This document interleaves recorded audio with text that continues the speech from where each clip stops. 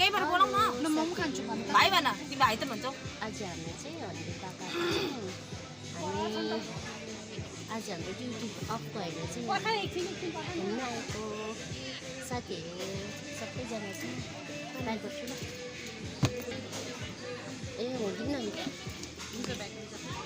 भएन मेरो के भन्दिनु कस्तो लाग्यो आज हामी सबैजना यहाँनिर आएर खुसी लागिरहेको छ सबैजना साथमा छौँ रिना भनिदेऊ जयता किन भन्छ के भन्नु छन एक दुई शब्द भन्नु धेरै दिन बाद हामीले यहाँ साथीभाइसँग धेरै थियो त्यसले भन्छ अरे सरप्राइज आज हामी पुरा खुसी छु किनभने हामी सबै जिना दिदीले खुवाउँछु भनेको छ नि त पक्का हो यो चाहिँ साथी हो आज हाम्रो जिना दिदीले यहाँनिर हर्नबिल पार्कमा घुम्नु आउँदाखेरि पनि हेर्नुहोस् यहाँनिर घाम पनि छैन र पनि हाम्रो जिना दिदी चाहिँ यति साह्रो फ्यान हुनुहुन्छ यहाँ आइसक्रिमको पसिनाकै लोभले मात्रै आइसक्रिम खाइरहनु भएको छ यहाँ हाम्रो जिना दिदीले यहाँ कोही चाहिँ फेरि चिया पिइरहेको छ हाम्रो बहिनीले जिना दिदीकै ठिक लाग्यो म त तर यो त आइसक्रिम मिठो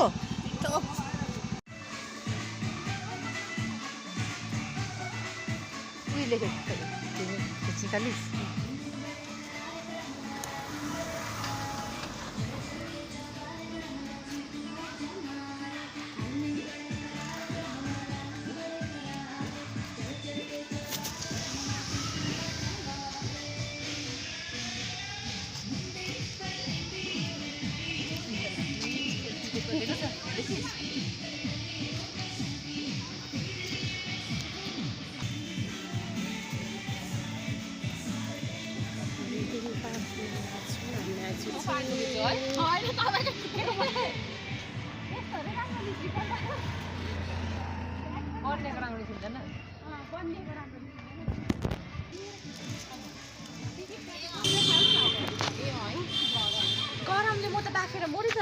के भरे बाकियो मनाई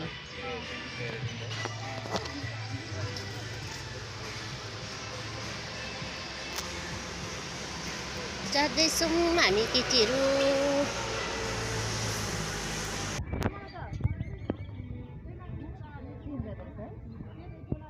चढ्दैछौँ हामी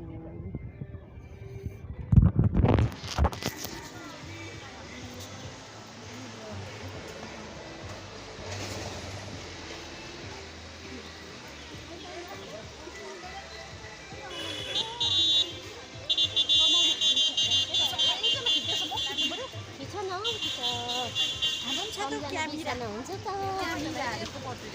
जिना दिदी खिचिदिनु हामीलाई हामी त फोटो खिच्छु त्यो तपाईँहरू जस्तो रिल्स बनाउँदैन हामी फोटो पनि खिचिदिन्छु नि जयता यता लिँदा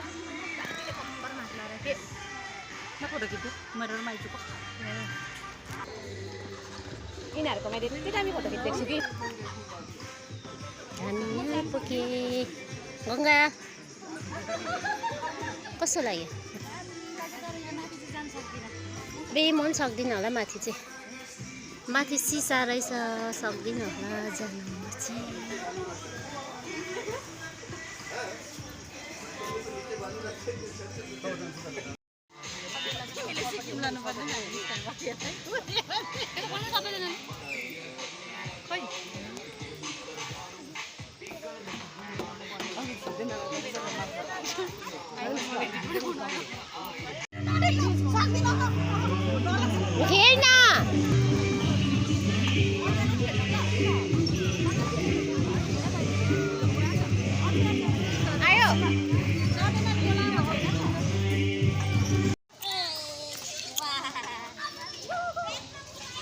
खुट्टा खुम्चाउँदै उयो गर्दै गर्नुपर्छ उयो गर्नु त